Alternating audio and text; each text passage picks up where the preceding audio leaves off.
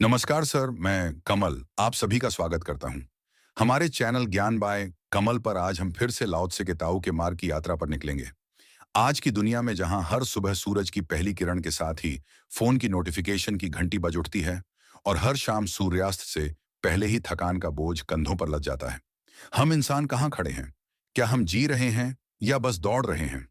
कल्पना कीजिए एक प्राचीन जंगल को जहां पेड़ हवा के साथ झूमते हैं, नदियां बिना किसी मंजिल की चिंता से बहती हैं और पक्षी आकाश में उड़ान भरते हुए सिर्फ आनंद लेते हैं। अब अपनी आंखें खोलिए और चारों ओर देखिए। कंक्रीट के जंगलों में फंसे हुए हम, जहां हर इंसान एक दूसरे से आगे निकलने की होड़ में लगा है, प्रकृति की उस सहजता को भूल चुका है जो कभी हमारा हिस्सा थी। यह हमारे जीवन की प्रस्तावना नहीं बल्कि एक आईना है। हमारे जीवन का आईना, जहां हमने सरल मार्ग को छोड़कर जटिलताओं की भूल भुलैया में खुद को कैद कर लिया है। लाओ त्से ने चीन के पहाड़ों में घूमते हुए जीवन के रहस्यों को समझा। उनका दर्शन ताओ ते चिंग में संग्रहित कोई जटिल किताब नहीं थी बल्कि प्रकृति की भाषा में लिखी गई कविता थी। लेकिन आज हम उस दर्शन से कितने दूर हैं? हमने जीवन को एक रेस बना दिया है जहां फिनिश लाइन कभी नजर नहीं आती। चलिए इस वीडियो में हम धीरे धीरे उन समस्याओं को उजागर करेंगे जो हमारे रोजमर्रा के जीवन को घेरती हैं, और फिर लाओ त्से के मार्ग से उनसे मुक्ति का रास्ता तलाशेंगे। ये वीडियो एक रोचक यात्रा होगी, कहानियां, उदाहरणों और गहन चिंतन से भरी हुई, जो आपको सोचने पर मजबूर कर देगी। पहले बात करते हैं उस सरल मार्ग की जिसे हम भूल गए हैं। प्राचीन काल में इंसान प्रकृति का हिस्सा था। वह जंगलों में शिकार करता, नदियों से पानी पीता और सितारों के नीचे सोता। जीवन सरल था। भूख लगी तो खाया, थकान आई तो विश्राम किया। कोई डेडलाइन नहीं, कोई टारगेट नहीं। लेकिन सभ्यता के नाम पर हमने क्या किया? हमने शहर बसाए, मशीनें बनाई और खुद को नियमों की जंजीरों में बांध लिया। आज का इंसान सुबह उठते ही घड़ी देखता है, कितने बजे हैं, ऑफिस पहुंचता है, मीटिंग है, ट्रैफिक है। वह सरल मार्ग जहां जीवन प्रवाह की तरह बहता था, अब एक दूर का सपना लगता है। हम भूल गए कि खुशी छोटी चीजों में नहीं है, एक फूल की खुशबू में, बारिश की बूंदों में या दोस्तों के साथ हंसी मजाक में। इसके बजाय हमने जीवन को कॉम्प्लिकेटेड बना दिया, प्लानिंग, स्ट्रेटजी और एम्बिशन के नाम पर। उदाहरण के लिए वैन एक आईटी कंपनी में काम करता है। हर सुबह वह अलार्म की आवाज से जागता है, जल्दी जल्दी नाश्ता करता है और मेट्रो में धक्के खाते हुए ऑफिस पहुंचता है। शाम को घर लौटते ही लैपटॉप खोलता है, ईमेल चेक करने, वर्क फ्रॉम होम।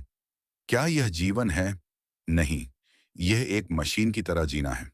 वैन जैसा हर इंसान आज तनाव से घिरा है, सिर दर्द, अनिद्रा, डिप्रेशन। क्यों? क्योंकि हमने सरलता को छोड़ दिया।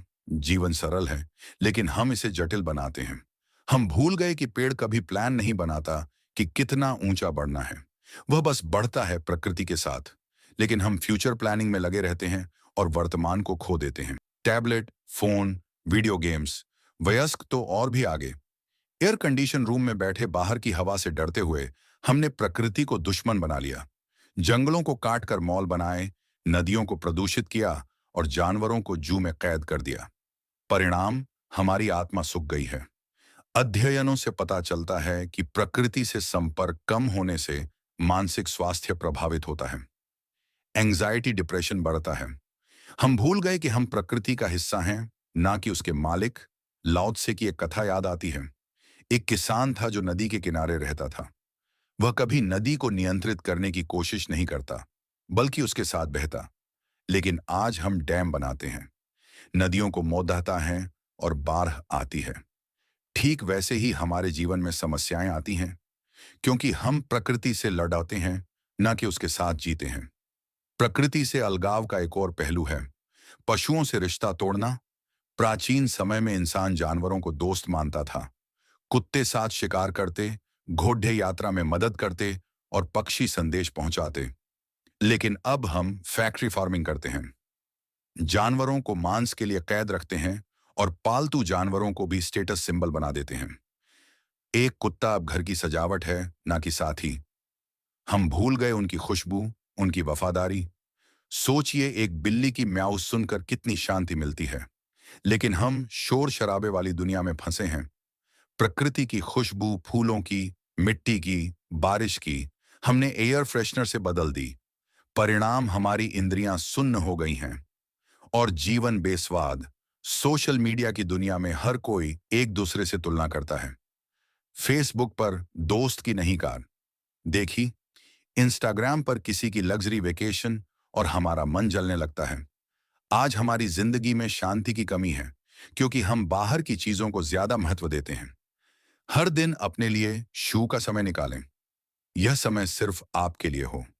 कोई फोन, कोई स्क्रीन, कोई तनाव, चाहे वह सुबह की सैर हो, किनारे बैठना हो, या बस चुपचाप सांस लेना हो। लाओ त्से कहते हैं, शांति में ही सच्ची शक्ति है। इस शक्ति को अपनाएं और आप पाएंगे कि आपका मन हल्का हो गया है। शू की कहानी और लाओ त्से की शिक्षाएं हमें एक साधारण लेकिन गहरा सच सिखाती हैं। सच्चा धन वह नहीं जो तुम जमा करते हो, बल्कि वह जो तुम्हें आजादी और शांति देता है। आज की दुनिया में जहां हर कोई ज्यादा की दौड़ में है, शू हमें रुकने, संतोष करने और छोड़ने की कला सिखाता है। धन्यवाद। इस वीडियो में इतना ही। तो मिलते हैं किसी और कहानी के साथ अगले वीडियो में। अगर आपको हमारे चैनल की यह वीडियो पसंद आई तो चैनल को सब्सक्राइब जरूर करें।